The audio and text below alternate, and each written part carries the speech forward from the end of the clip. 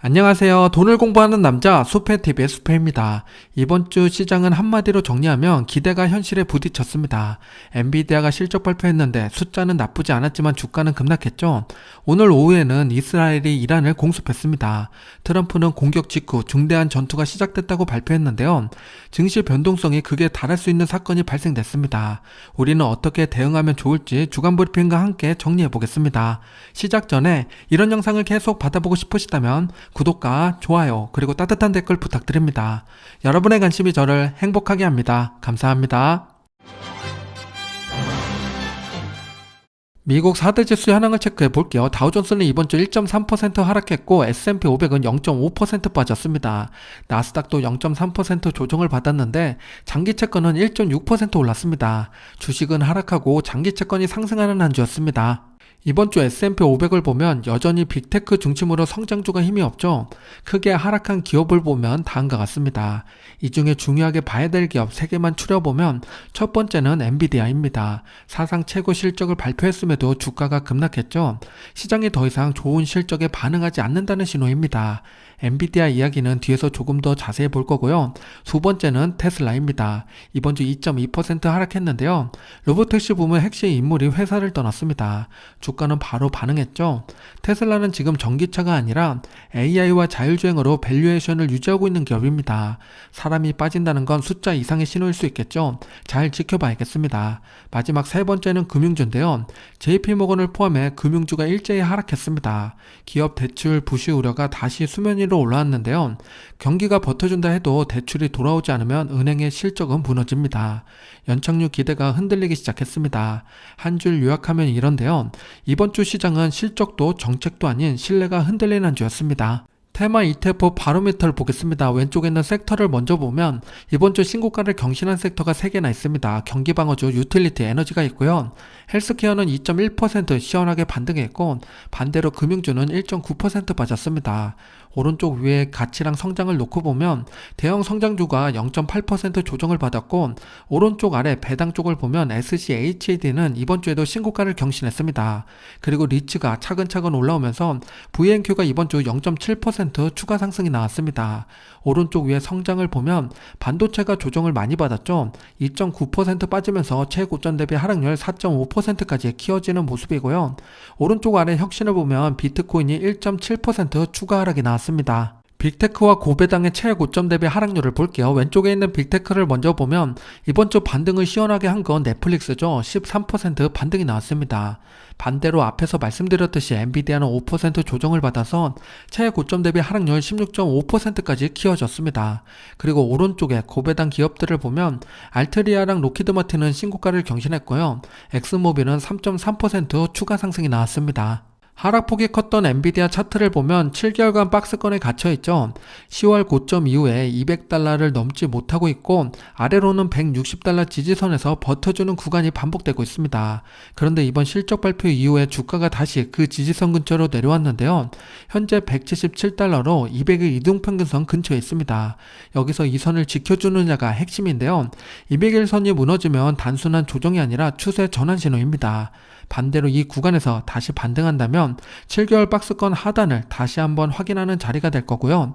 지금은 추격 매수보다 이 지지선의 반응을 먼저 확인하는 게 좋겠습니다. 주가와 환율을 함께 넣고 볼게요. S&P 500이 이번 주 0.5% 하락했고 환율도 1,450원에서 1,443원으로 0.5% 빠졌습니다. 그래서 우리 주식 계좌는 가만히 들고 있었다면 1% 하락하는 한 주였습니다. 2월 자산별 성과를 보면 시장이 보내는 신호는 꽤 명확한데요. 주식과 골드가 1에서 2% 하락했고 코인은 26.4% 빠졌습니다. 한 달 만에 4분의 1이 사라진 거죠. 반면에 리츠와 오일은 각각 7% 상승했고 채권도 3.7% 올랐습니다. 구조를 보면 위험자산을 팔고 실물과 안전자산으로 자금이 이동한 건데요. 특히 채권이 플러스로 돌아섰다는 것이 의미 있는 변화입니다. 주식과 채권이 다시 반대로 움직이기 시작한 건데요. 2월의 시장은 공격이 아니라 방어를 선택한 한 달이었습니다. 해외 종목 매매 현황을 보겠습니다. 왼쪽 순매수 탑10을 보면 이번 주 1위를 차지한 종목은 KORU ETF입니다. 순매수 금액이 1210억 원인데요. 꽤 많죠. 지난주에 새롭게 등장한 종목이라고 말씀드렸는데 한국 증시 레버리지 상품입니다. 그리고 밑에 보면 EWY가 있는데 이건 한국 증시 ETF죠. 해외 버전으로 국내 종목을 투자하는 분들이 늘어나고 있습니다. 레버리지는 그렇다 쳐도 EWY 같은 일반 상품을 해외 계좌로 매수하는 이유는 뭘까요? 그리고 순매수 2위를 차지한 종목을 보면 마수입니다. 1000억 원이 넘죠? 그리고 오른쪽 매도 종목을 보면 샌디스크가 1위를 차지하고 있습니다. 지난주에 이어서 이번 주에도 강한 매도세가 이어지고 있습니다. 순매수 1위를 차지한 KORU 차트를 보면 올해 들어서 수직에 가까운 상승을 보여줬습니다. 6개월 전과 비교하면 완전히 다른 차트죠. 한국 증시가 크게 오르다 보니까 글로벌 시총 순위에서 삼성전자가 현재 13위를 기록하고 있습니다. 월마트 19112와 어깨를 나란히 하는 수준이 됐고요. 한국 증시가 저평가 구간에서 재평가받기 시작했다는 신호입니다. 다만 레버리지 상품은 상승 속도가 빠른 만큼 하락도 빠를 테니까 신중히 대응하는 게 좋겠습니다. 다른 국가와 비교하면 한국 증시는 지금 어느 정도일까요? 올해 글로벌 증시에서 가장 크게 오른 게 한국입니다. 2위 대만이 16.1%, 3위 일본이 13.5%와 비교해도 압도적인 격차죠. 그리고 맨 아래 보면 S&P 500은 0.3%입니다. 지난 몇 년간 글로벌 증시를 이끌던 미국이 사실상 제자리 걸음을 하는 동안에 그동안 소외됐던 한국과 아시아 시장에 크게 치고 올라오고 있습니다. 섹터 순환을 넘어서 글로벌 자산으로 순환매가 돌고 있습니다. 순매수 2위를 차지한 마수의 주봉 차트를 보면 지금 꽤 심각한 자리에 와 있는데요. 2025년 고점 550달러에서 현재 390달러까지 내려왔습니다.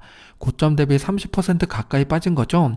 더 중요한 건 200일 이동평균선인데요. 조금만 더 내려오면 200일 선에 닿게 됩니다. 2022년 이후에 마이크로소프트가 200일 선을 이탈한 적이 없는데요. 그 선이 지금 시험대에 올라와 있습니다. 클라우드 성장 둔화 우려와 AI 투자 비용이 겹치면서 힘든 상황을 펼쳐지고 있는 건데요. 펀더멘탈이 무너진 게 아니라 기대가 꺾인 겁니다. 200일 선을 지켜줄지 주의 깊게 봐야겠습니다. 국내 상장된 해외 ETF 매매 현황을 보면 투자자들의 심리가 그대로 드러나는데요. 매수 1위는 나스닥100으로 1231억 원입니다. 미국 증시가 조정받자 지금이 오히려 매수 기회로 본 투자자가 늘어난 겁니다. 바로 밑을 보면 달러 소포 단기 채권이 2위를 차지한 건데요. 수익을 노리는 게 아니라 달러 자산을 안전하게 보관하라는 수요가 늘어났습니다. 반대로 매도 1위는 미국 필라델피아 반도체, 2위는 미국 테크 탑10입니다.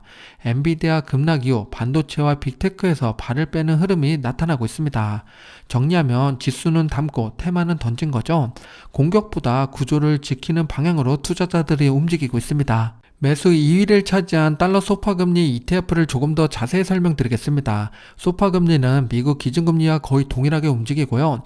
과거에 금리가 상승할 때 소파금리도 함께 움직였습니다. 즉 달러 자산을 보유하면서 기준금리만큼 이자가 반영되는 상품인데요. 증시가 불안할수록 이 상품의 매력이 커지게 됩니다. 주가 변동 없이 달러 자산을 유지하면서 금리 수익까지 챙길 수 있기 때문인데요. 현금을 그냥 두기엔 아깝고 주식에 들어가기엔 불안한 분들께 딱 맞는 선택지입니다. 우리 주식 계좌에 중요한 이슈가 되는 이번 주 기사 5가지를 보겠습니다. 첫 번째는 엔비디아 이야기인데요. 실적 발표하고 주가가 5% 빠졌는데 오늘 새벽에 추가로 4% 하락했습니다. 이틀 합산 약 9%로 시가총액으로 따지면 수백조 원이 사라졌습니다. 왜 이런 일이 벌어진 걸까요? 엔비디아를 조금 더 자세히 보겠습니다. 우선 실적 발표 내용을 보면 매출은 681억 달러로 예상치를 훨씬 뛰어넘었고 EPS도 1.6으로 역시나 전망을 뛰어넘었습니다. 매출은 6분기 연속으로 큰 성장을 보이고 있는데 숫자로는 흠잡을 데가 없습니다. 다음 분기 가이던스 또한 매출이 780달러로 압도적으로 높죠. 심지어 중국 매출을 모두 제거한 상태의 실적 전망입니다.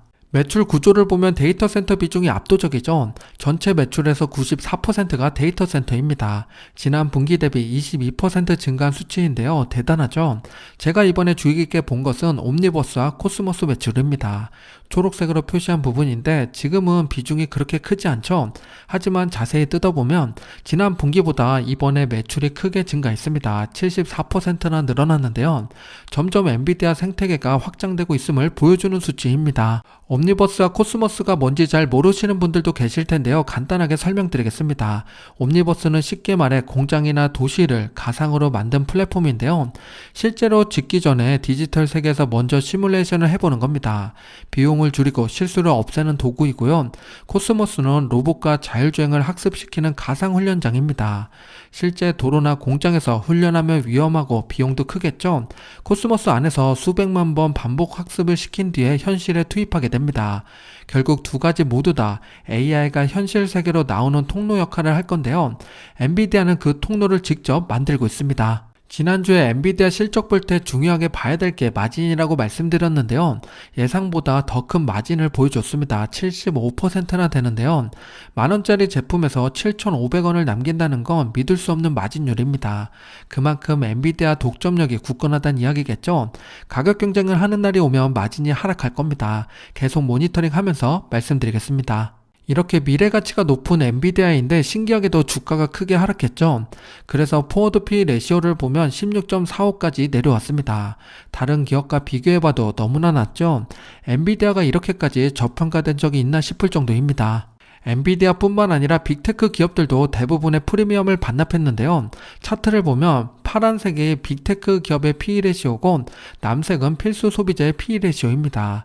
10년 만에 처음으로 소비자보다 빅테크의 프리미엄이 낮아진 건데요. 즉 빅테크 기업을 코카콜라나 P&G 같은 방어주와 같은 가격에 살 수 있다는 겁니다. 지금의 상황을 두 가지로 해석해 볼 수 있는데요. 첫 번째는 빅테크가 저평가 구간에 들어왔다는 신호이고 두 번째는 성장 기대 자체가 꺾였다는 신호일 수 있습니다. 지금은 둘 중 어느 쪽인지 확인하는 구간입니다.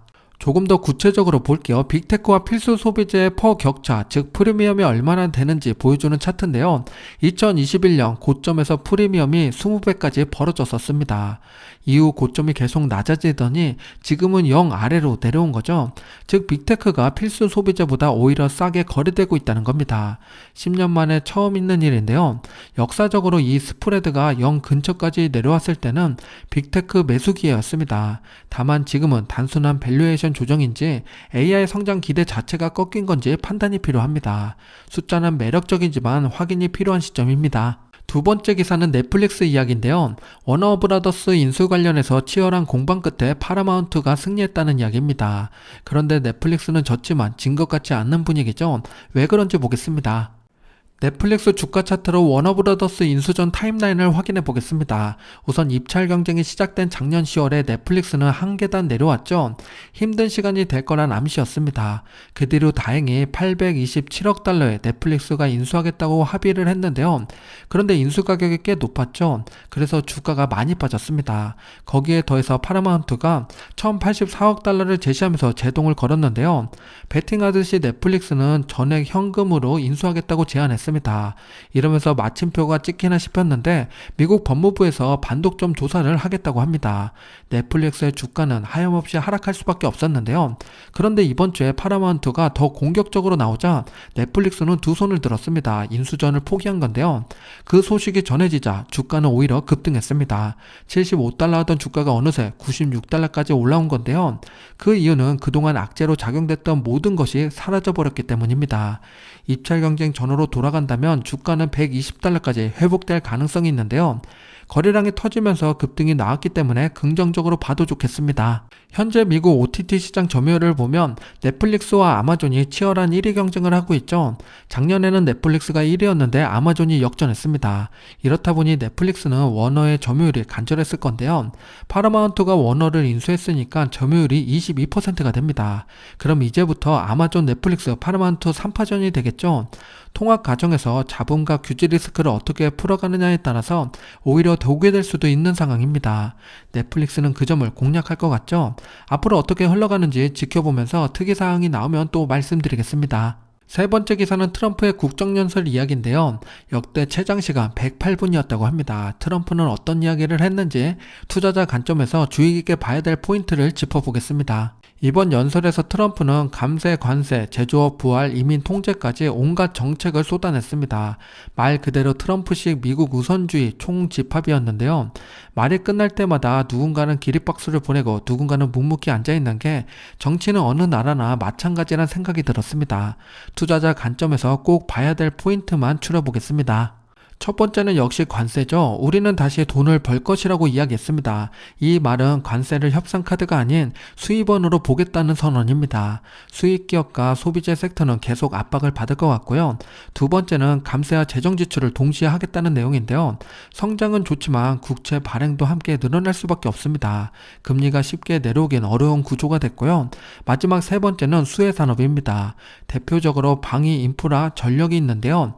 트럼프가 직접 증상과 에너지 지원을 언급했으니까 방산과 전력 인프라 관련된 기업들은 계속 주목해야겠습니다. 이 부분을 조금 더 자세히 볼게요. 방위산업과 인프라 관련된 대표 ETF 두 개를 가지고 왔습니다. 왼쪽에 방위 ETF인 ITA를 보면 GE가 19.8%로 가장 큰 비중을 차지하고 있고 RTX가 16.5%, 보잉이 8.1% 순입니다.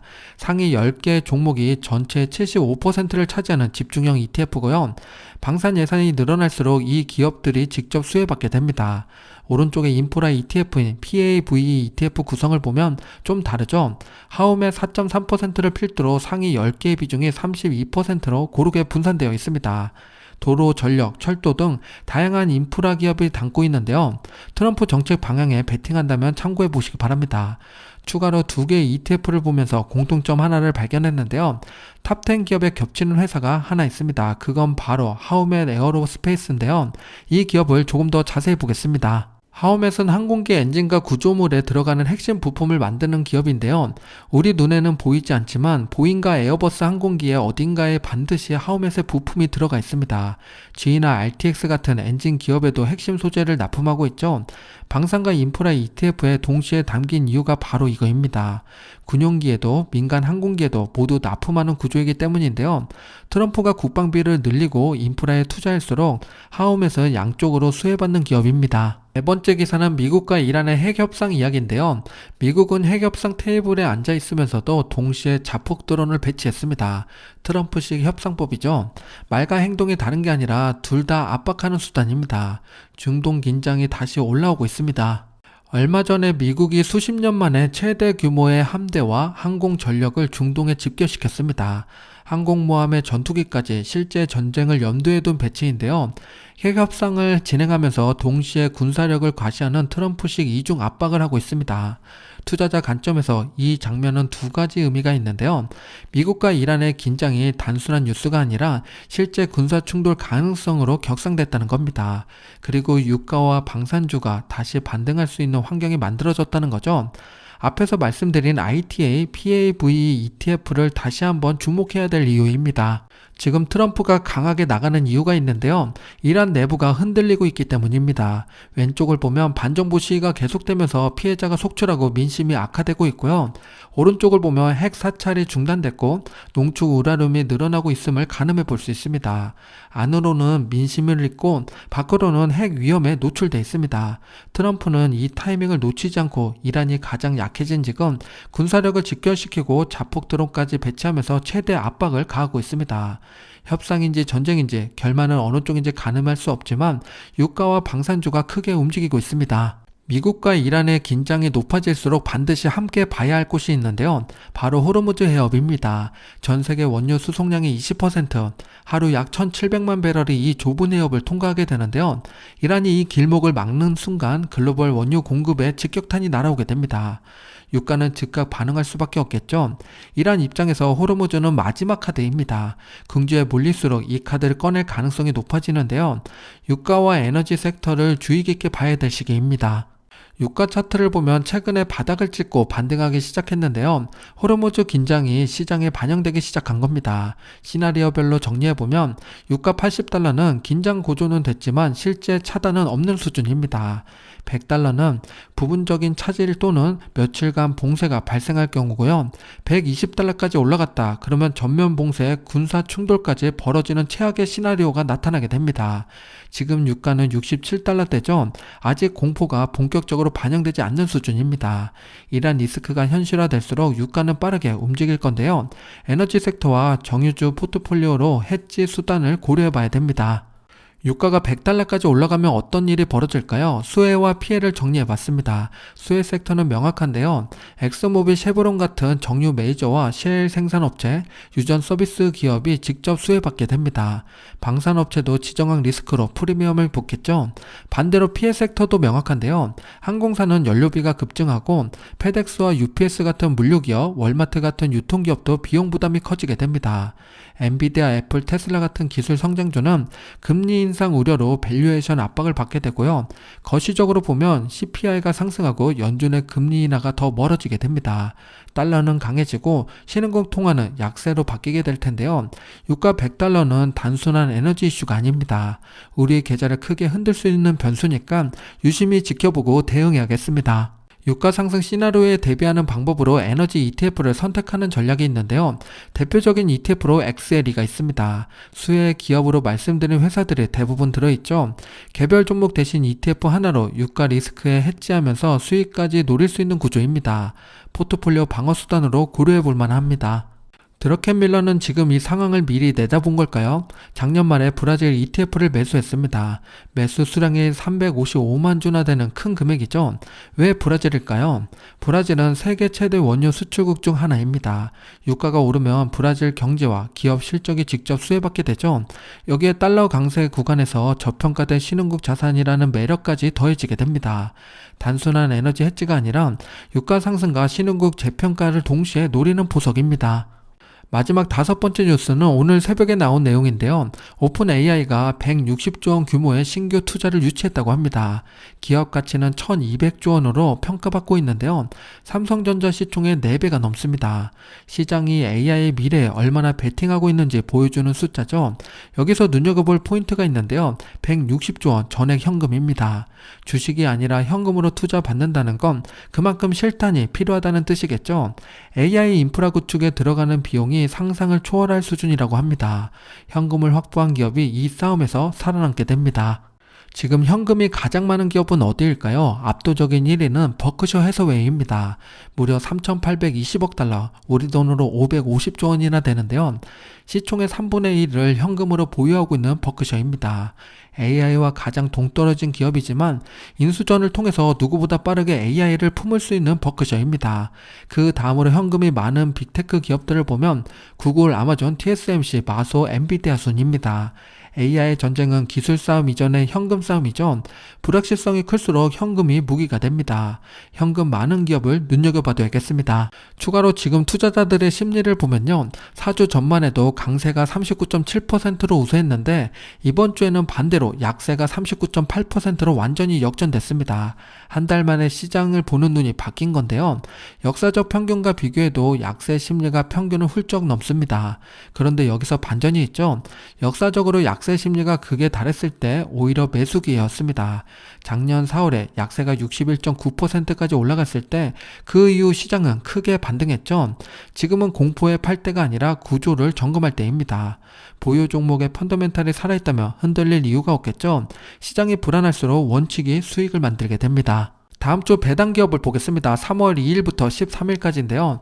나이키, 맥도날드, 퀄컴, 블랙넛, 구글이 있으니까 배당 투자자분들은 참고하시기 바랍니다. 다음 주 주요 일정을 보면 아직 실적 발표하는 기업들이 남아있죠. 3일에는 클라우드 스트라이커, 4일에는 브로드컴, 5일에는 코스트코가 있습니다. 사이버 보안 기업들이 꽤 많이 조정을 받았는데 클라우드 스트라이커 실적을 통해서 반등의 기회가 될지 지켜봐야겠습니다. 그리고 6일에는 실업률이 발표되는데요. 멤버십 분들은 다른 경제지표와 함께 정리해서 8일에 영상으로 찾아뵙겠습니다. 참고해주세요. 마지막으로 찰리 먼거의 명언을 공유드리면서 마무리 짓겠습니다. 큰 돈은 사고 파는 것이 아니라 기다림에서 나온다입니다. 고진감래의 마음으로 기다려봐야겠습니다. 오늘 영상이 마음에 드셨다면 구독과 좋아요 부탁드립니다. 즐거운 주말 행복한 시간 보내세요.